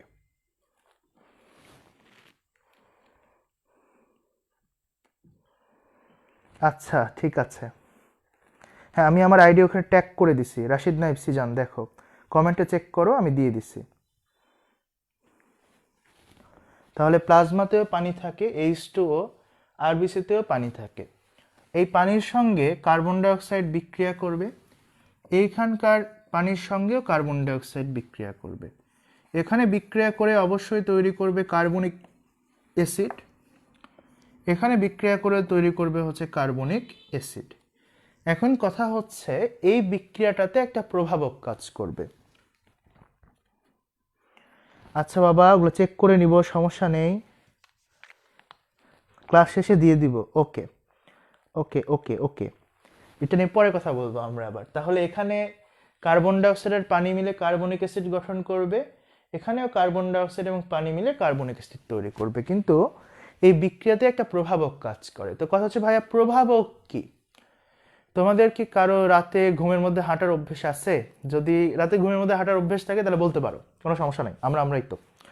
তো বেশিরভাগেরই নাই আশা করি। তাহলে রাতের বেলা তোমরা মেইনলি রেস্ট করো, আর দিনের বেলা তোমরা যত কাজ আছে সবগুলো করো। তাহলে দিনে কিন্তু তোমাদের শক্তি খরচ হয় বেশি, আর রাতের শক্তি খরচ হয় কম। তো তাহলে দিনে কিন্তু শক্তি উৎপাদনের বিক্রিয়াটা বেশি ঘটছে আর রাতে কিন্তু শক্তি উৎপাদনের বিক্রিয়াটা কম ঘটছে। তাহলে দেখো একই বিক্রিয়া দিনের বেলা অনেক বেশি ঘটছে আর রাতে কিন্তু অনেক কম ঘটছে। এই যে একটা নিশ্চয়ই কোনো পদার্থ আছে যে পদার্থ তাহলে দিনে বিক্রিয়ার গতিটাকে বাড়ায় দিচ্ছে, রাতে বিক্রিয়ার গতিকে কমায় দিচ্ছে। এই যে পদার্থ যে বিক্রিয়ার গতিকে একবার বাড়ায় দেয় একবার কমায় দেয়, এই জিনিসটাকে বলা হয় প্রভাবক।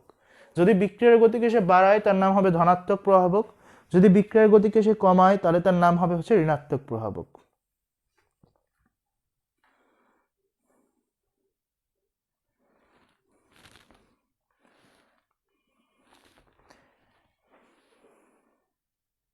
আগে ছিল এখন নাই, এখন বড় হয়ে গেছো। আচ্ছা, তাহলে যে বিক্রিয়ার গতিকে বাড়ায় সে ধনাত্মক প্রভাবক, বিক্রিয়ার গতি কমায় ঋণাত্মক। এগুলো কেমিস্ট্রি টিচার পড়াবে, আমার পড়ানোর কথা না। এই প্রভাবক যখন জৈব হয় অর্থাৎ যখন জীবদেহের ভেতরে থাকে তখন তাকে বলা হয় এনজাইম। তাহলে এই বিক্রিয়াতেও একটা এনজাইম থাকবে।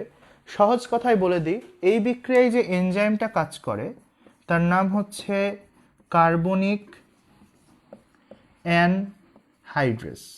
দেখো মনে রাখার নিয়মটা আমি শিখিয়ে দিচ্ছি। দেখো এখানে বিক্রিয়া করে কার্বনিক অ্যাসিড তৈরি হয়, তাহলে এই কারণেই এনজাইমের নামের শুরুতে কার্বনিক এসেছে। অ্যান শব্দের মানে হচ্ছে একটা, দেখো এক অণু পানি যুক্ত হয় এই জন্য আসছে অ্যান। আর হাইড্রেস মানে হচ্ছে হাইড্রো বা পানি, দেখো এক অণু পানি যুক্ত হয় তার নাম হয়েছে অ্যানহাইড্রেস। অর্থাৎ কার্বনিক অ্যাসিড তৈরি হয় এক অণু পানি যুক্ত করে, তাই এনজাইমের নাম হয়েছে কার্বনিক অ্যানহাইড্রেস।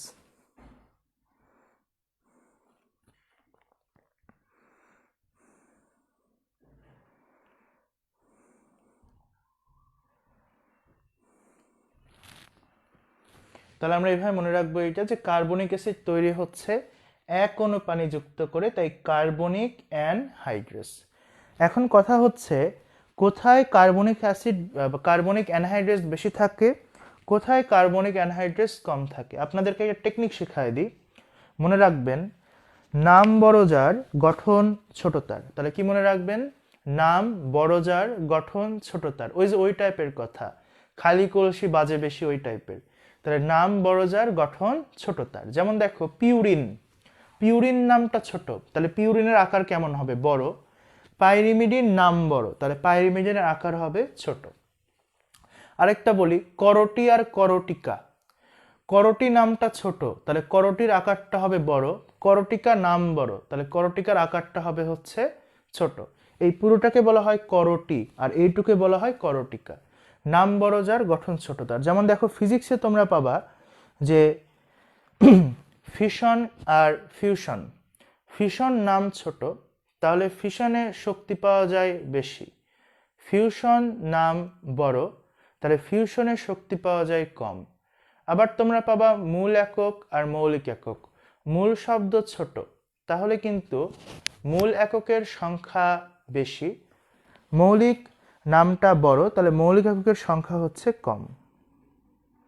হ্যাঁ, নাম বড় যার গঠন ছোট তার।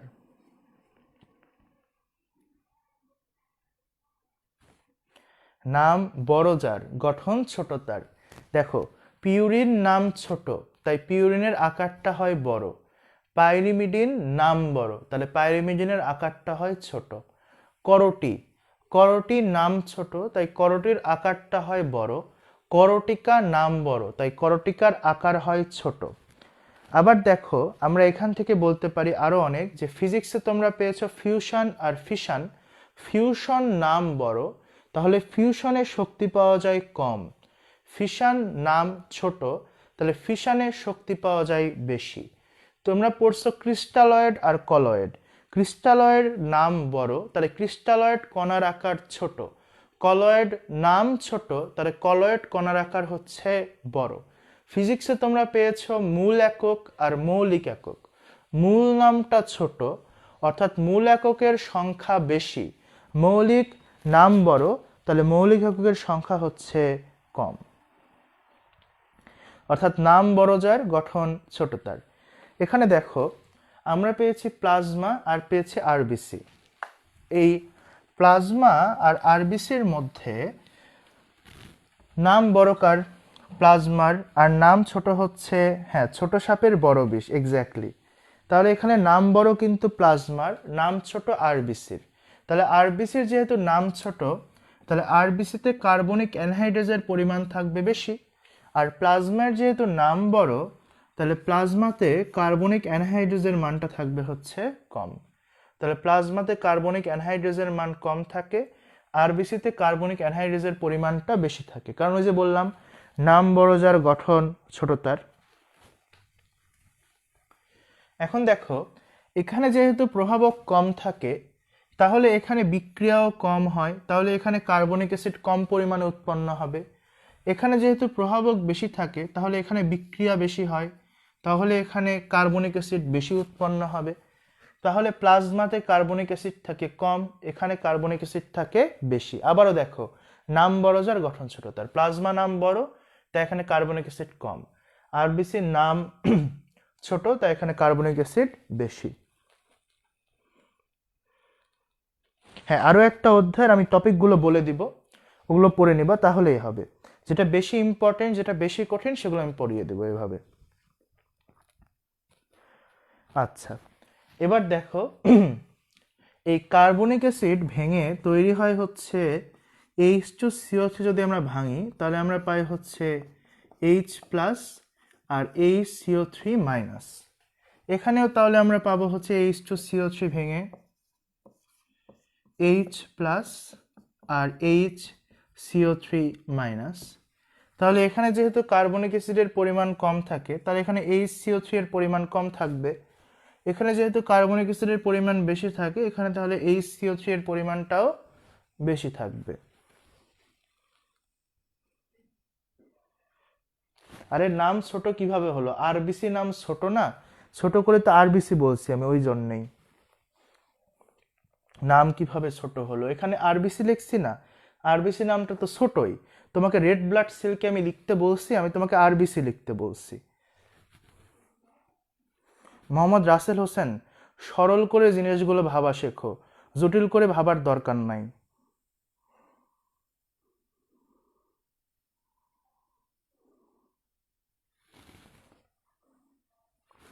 তো দেখো, তাহলে এখানে বাইকার্বনেটের পরিমাণটা কম, এখানে বাইকার্বনেটের পরিমাণটা বেশি।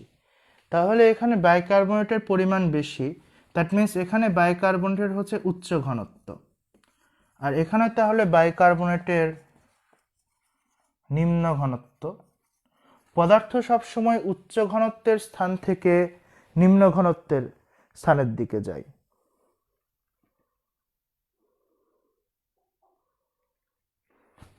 তাহলে এখানে উচ্চ ঘনত্ব, এখানে নিম্ন ঘনত্ব, তাহলে বাইকার্বনেট আয়নও অবশ্যই উচ্চ ঘনত্বের স্থান থেকে নিম্ন ঘনত্বের স্থানের দিকে যাবে। অর্থাৎ কিছু পরিমাণ বাইকার্বনেট আরবিসি থেকে প্লাজমার দিকে চলে আসবে। তাহলে দেখো, প্লাজমাতে বাইকার্বনেট কিছু পরিমাণে চলে আসলো। আমি উপরের টুকু একটু মুছে দিলাম, কারণ পদার্থ উচ্চ ঘনত্ব থেকে নিম্ন ঘনত্বের দিকে যায়, তাই কিছু পরিমাণ বাইকার্বনেট এদিক থেকে এদিক দিয়ে চলে আসলো। এখন কথা হচ্ছে, দেখো, প্লাজমার ভেতর কিন্তু অনেক সোডিয়াম ক্লোরাইড থাকে, এবং সোডিয়াম ক্লোরাইড ভাঙলে উৎপন্ন হয় সোডিয়াম আর ক্লোরিন। এটা হচ্ছে প্লাজমা, এটা হচ্ছে আরবিসি। তো আরবিসি যখন বলবে যে আমি তো তোকে বাইকার্বনেট দিলাম, তুই আমাকে কিছু দিবি না, মানে ব্যাপারটা অনেকটা এরকম, ওই ভালোবাসা দিবি কিনা বল মুভির মতো। নায়ক নায়িকাকে ভালোবাসা দিচ্ছে, দিয়ে বলছে তুই আমাকে ভালোবাসা দিবি কিনা বল, এই টাইপের বিষয়। তো তোকে আমি বাইকার্বনেট দিছি, তুই আমাকে কি দিবি? তখন ও বলবে তুই আমাকে নেগেটিভ বাইকার্বনেট দিলি, ঠিক আছে, আমি তোকে তার বিনিময়ে ক্লোরাইড দিলাম। তাহলে প্লাজমা থেকে ক্লোরাইড আয়ন এবার আরবিসির দিকে চলে যাবে। এই বিক্রিয়াটাকে বলা হয় ক্লোরাইড শিফট বিক্রিয়া।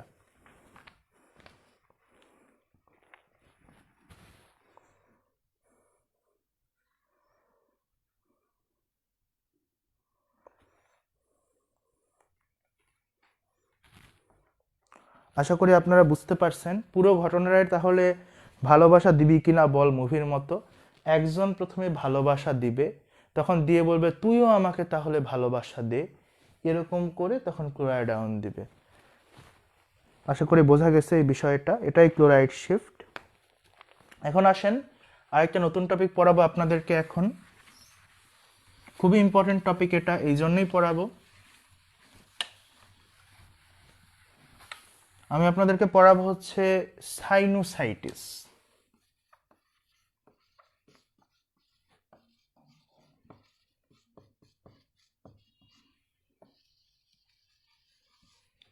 সাইনোসাইটিস। আচ্ছা, কোনো কিছুর শেষে তখনই টাইটিস বসে বা আইটিস বসে যখন সেখানে ব্যথা হয়। যেমন দেখো, অ্যাপেন্ডিক্সে যখন ব্যথা হয় সেটাকে বলা হয় অ্যাপেন্ডিসাইটিস। তাহলে সাইনাসে যখন ব্যথা হবে তার নামটা হবে হচ্ছে সাইনোসাইটিস। যেমন দেখো, আমরা যখন বলি ল্যারিংসে ব্যথা তখন সেটাকে বলি ল্যারিঞ্জাইটিস মেডিকেলের ভাষায়। খুব ল্যারিঞ্জাইটিসের পেশেন্ট দেখি আমরা, যাদের বাসায় বিড়াল আছে তারা তো দেখোই যে হচ্ছে বিড়ালের মাঝে মাঝে ঠান্ডা লাগে, গলা ঘর ঘর করে, ওইটাকেও ল্যারিঞ্জাইটিস বলা হয়। যাই হোক, সেটা পরের কথা। এখনকার কথা হচ্ছে মানুষ নিয়ে। আর মানুষের সাইনাসের ব্যথাটাই হচ্ছে তাহলে সাইনোসাইটিস। দেখো, সাইনাস, সাইনাস বলতে গেলে বর্ণ আসছে হচ্ছে 4টা। তাহলে বর্ণ 4টা, তাহলে সাইনাস কয় ধরনের? অ্যান্সার হবে সাইনাস হলো 4 ধরনের। তাহলে সাইনাস দেখতে গেলে বর্ণ আসে 4টা, সাইনাস হবে হচ্ছে 4 ধরনের। তাহলে দেখো, এই 4 ধরনের প্রত্যেকটা আবার প্রতি সাইডে 2টা 2টা করে থাকে। তাহলে 4 ধরনের প্রত্যেকটা যদি 1 জোড়া করে থাকে, তাহলে মোট সংখ্যা কতগুলো হলো? মোট সংখ্যা হলো 4 জোড়া। অর্থাৎ সাইনাসের সংখ্যা হচ্ছে 4 জোড়া। ধরন হচ্ছে 4টা আর সংখ্যা হচ্ছে 4 জোড়া। তাহলে দেখো, এখান থেকে এদের নাম আমরা কিভাবে মনে রাখবো? নাম মনে রাখবো হচ্ছে ফেমাস দিয়ে। ফেমাস, ফেমাসের এফতে হলো ফ্রন্টাল, এতে হলো, বাংলাতে লিখি এটা তাহলে আপনাদের মনে রাখতে সুবিধা, এতে হলো এথময়েডাল, এমতে হচ্ছে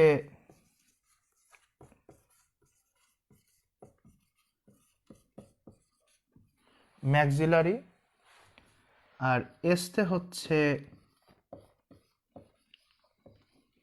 নে 2টা ইংরেজিতে লিখছি 2টা বাংলাতে, এটাই বেশি ভালো হয়েছে। তাহলে এফতে হচ্ছে ফ্রন্টাল, এতে হচ্ছে এথময়েডাল, এমতে হচ্ছে ম্যাক্সিলারি, এসতে হচ্ছে স্ফেনয়েডাল। তাহলে সাইনাস 4 প্রকারের, 4 প্রকারের নাম আমরা মনে রাখবো হচ্ছে ফেমাস দিয়ে। এফতে তাহলে ফ্রন্টাল, এতে হচ্ছে এথময়েডাল, এমতে হচ্ছে ম্যাক্সিলারি, আর এসতে হচ্ছে স্ফেনয়েডাল। আশা করি বুঝতে পেরেছেন। আপনারা এখান থেকে স্ক্রিনশট করার ইচ্ছা হলে তুলে নিতে পারেন, এত স্ক্রিনশটের প্রতি ভালোবাসা আপনাদের। আচ্ছা, তো এখন কথা হচ্ছে এই সাইনোসাইটিস 2 রকমের হয়। সাইনাস 4 ধরনের, ফেমাস দিয়ে মনে রাখবো, কিন্তু সাইনোসাইটিস হয় 2 ধরনের।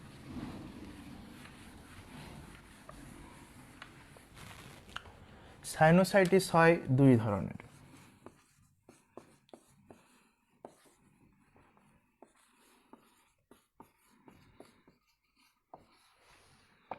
একটা হচ্ছে অ্যাকিউট, আরেকটা হচ্ছে ক্রনিক। 2টা হচ্ছে 2টার আলাদা, বুঝছেন? কিভাবে আলাদা একটু আমি বলে দিই। সেটা হচ্ছে, দেখো, অ্যাকিউট যে সাইনোসাইটিস, এখানে ব্যথা তীব্র হয় কিন্তু ব্যথা স্বল্প সময় বা ক্ষণস্থায়ী হয়। আর ক্রনিকে ব্যথাটা হালকা হয় কিন্তু ব্যথাটা দীর্ঘস্থায়ী হয়। কিভাবে মনে রাখবা? সেটা হচ্ছে, আজ যদি আমার মানে তোমাদের সিজান ভাইয়ার কোনো কিউট মেয়ের সাথে প্রেম হয়, তাহলে প্রেমটা কিন্তু তোমাদের সিজান ভাইয়ার পক্ষ থেকে খুব তীব্র থাকবে। আসলে প্রেম হলেই কিউট লাগে, বলে পীড়িতের পেতনিও সুন্দর হয়। তো যাই হোক, ভালোবাসা যাকে হয় সে যেই হোক তাকেই সুন্দর লাগে। তো আজ যদি আমার খুব কিউট মেয়ের সাথে প্রেম হয়, তাহলে আমার ভালোবাসাটা হবে তীব্র। কিন্তু কিউট মেয়ে কি তো আমার সাথে বেশি দিন থাকবে বলে মনে হয়? থাকবে না। সুন্দর ছেলে পেলেই সেদিকে চলে যাবে। তাহলে প্রেমটা কিন্তু হবে ক্ষণস্থায়ী। অর্থাৎ কিউট মেয়ের সাথে প্রেম হলে প্রেমটা হবে তীব্র, কিন্তু প্রেমটা হবে ক্ষণস্থায়ী। তাই দেখো, অ্যাকিউট সাইনোসাইটিসে ব্যথাটা হয় তীব্র, ব্যথাটা হয় ক্ষণস্থায়ী। ওই যে কিউট, সেখান থেকে আসছে অ্যাকিউট। তাহলে অ্যাকিউট সাইনোসাইটিসে ব্যথাটা হবে তীব্র, কিন্তু ব্যথাটা হবে ক্ষণস্থায়ী। আর ক্রনিকের তাহলে উল্টা হবে। ক্রনিকের ব্যথা হবে ওই যে ধিকি ধিকি করে চলবে প্রেমটা, মানে ক্রনিক সাইনোসাইটিসের ব্যথাটা অল্প হবে, কিন্তু ব্যথাটা অনেক দিন ধরে চলবে।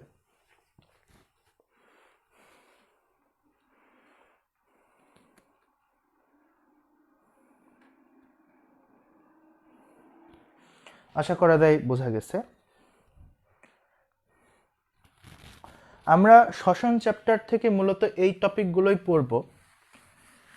এছাড়াও যদি শ্বসন থেকে কারো কোনো প্রশ্ন থাকে আমাকে মেসেজ করে দিবা, বা এখানে কমেন্টে বলে দিবা। কমেন্টে সাধারণত বেশিক্ষণ দেখা হয় না। এই যে যতক্ষণ ক্লাসে থাকি ততক্ষণই আপনাদের কমেন্ট দেখা হয়। ক্লাস নিয়ে চলে গেলে হয়তো তারপরে কমেন্ট দেখার জন্য 1-2 বার আসা হয়, যে কে কি বললো একটু দেখার জন্য। দেখতে ভালোই লাগে সবার।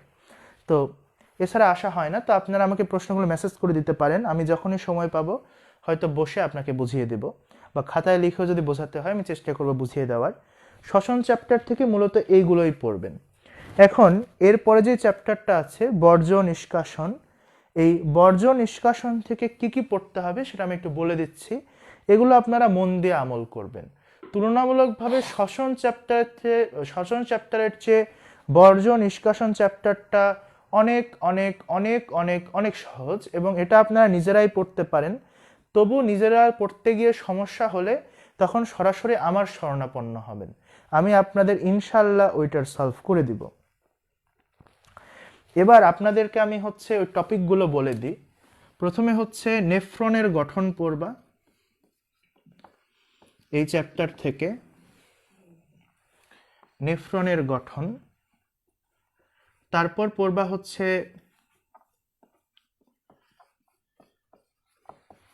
মূত্র তৈরির ধাপ। পড়বা বৃক্কের মাপ, মানে কত সেন্টিমিটার লম্বা, কত সেন্টিমিটার চওড়া এগুলো। আর তার সাথে পড়বা তোমরা, সহজ টপিকটা বলে দিই খুবই, বৃক্কের প্রতিস্থাপন।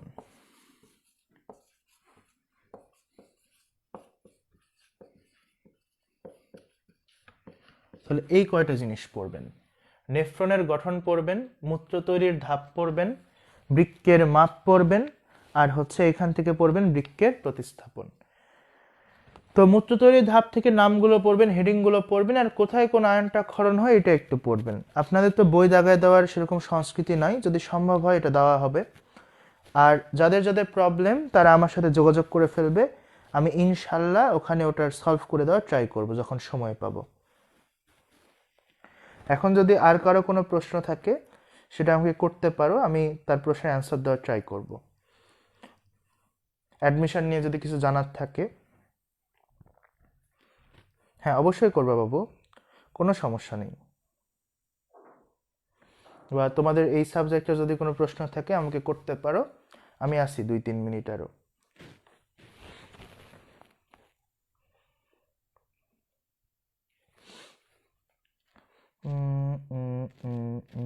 তোমাদের কমেন্টগুলো পড়ি একটু।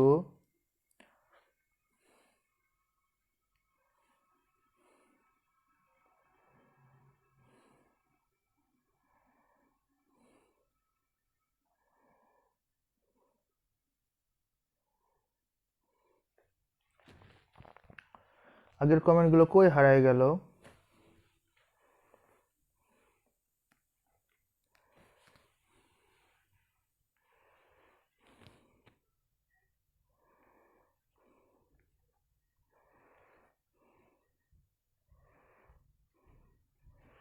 আচ্ছা ভাইয়া, আমাদের এক্সাম হওয়ার সম্ভাবনা কবে? তোমাদের এক্সাম হওয়ার সম্ভাবনা অনেক পরে, আগে রেজাল্ট হোক তারপর। এখন এক্সাম নিয়ে ভাবতে হবে না, এখন আপাতত পড়াশোনা করবেন। হ্যাঁ, আচ্ছা এখন পড়াশোনা নিয়ে ভাবেন। তারপরে হচ্ছে আপাতত এসব মন থেকে বাজে চিন্তা সব বাদ দিবেন। কবে এক্সামে এসে আপাতত শুধু নিজের পড়াশোনার ভাগটা করবেন। কারণ ব্যাপার হচ্ছে দেখেন যে এক্সামের ডেট কিন্তু আপনার হাতে নাই, আপনার হাতে আছে আপনার পড়াশোনা। আপনার হাতে যেটা আছে আপনি সেটাই সুন্দর করে করেন, বাকিটুকু আল্লাহর উপর ছেড়ে দেন। আচ্ছা, বই দাগায় বাসা, আমার বাসা নওগাঁতে, নওগাঁ সদরে। না, কোশ্চিন থাকবে না, নামাজে যাব, হ্যাঁ নামাজে যেতে হবে। রিটেনের জন্য কোনো সাজেশন? এই টপিকগুলোই বা মেডিকেলের না, কোনো ইফেক্ট পড়বে না। গুচ্ছ থেকে চতুর্থ বিষয় বাদ দেওয়া যাবে? গুচ্ছের বিষয়ে যখন সিদ্ধান্ত আসবে তখন আসবে, এমন কিছুই করা হবে না যেটা কারো ক্ষতির কারণ হয়। আর যদি কোনো কিছু সিদ্ধান্ত আসে সেটা তোমার জন্য যেমন আসবে অন্যদের জন্য একই জিনিস আসবে। অ্যালভিওলাস বোঝনি? ফুসফুসের একদম গাঠনিক একককে বলা হয় অ্যালভিওলাস। ভাইয়া রিটেনের জন্য আমি যেগুলো পড়াবো সেগুলোই। ভাই আর পড়াবেন না? হ্যাঁ পড়াবো। আচ্ছা ভাইয়া, রিটেনের জন্য কি কোনো বই নিব? হ্যাঁ, গাজী আজমল স্যারের বই। ভাই অ্যাসাইনমেন্ট দিবেন রিটেনের জন্য? হ্যাঁ দিব, আরও কয়েকটা চ্যাপ্টার যখন হয়ে যাবে তখন একবারে দিব। আমি একটু মাথায় সাবজেক্টের তোমার প্রশ্নগুলো গোছায় নিচ্ছি, এই গোছায় নিয়ে তারপর আমরা শুরু করব। রিটেনের জন্য কোন বই? গাজী আজমল স্যারের বই। কোনো গাইড টাইড পড়ার দরকার নাই, গাইড শুধু পড়বেন এমসিকিউ প্র্যাকটিস করার জন্য, এর বাইরে কোনো গাইড পড়বেন না। আর টেনশন করবেন না, কারণ হচ্ছে আপনি যদি ঠিকমতো পরিশ্রম করেন তাহলে আল্লাহ নিশ্চয়ই আপনাকে ফল দিবেন, কারণ আল্লাহ হচ্ছে পরম ন্যায় বিচারক, তিনি কারোর সাথেই অবিচার করেন না। আচ্ছা, রিটেনের জন্যই তো বললাম ভাইয়া দোয়া করে। হ্যাঁ, বাকি সবগুলো বাকি সবগুলো ক্লাস আমি নেওয়ার ট্রাই করব। নওগাঁ কোন জায়গায়? নওগাঁ সদরে বাবু, একদম সদরে। তোমরা নওগাঁর কেউ থাকলে আমাকে জানাও, আমার এলাকার মানুষ। রিটেনের জন্য অবশ্যই আজমল স্যারের বই, বোর্ড বইয়ের বাইরে কোনো বই হয় না। তোমাদের কোনো ভাইয়ারের শিট নোট এগুলো থেকে অ্যাডমিশনে প্রশ্ন হবে না, সবসময় প্রশ্নটা হবে হচ্ছে মূল বই থেকে। তাহলে যেখান থেকে প্রশ্ন হবে সেটা থেকে আমল করাই ভালো।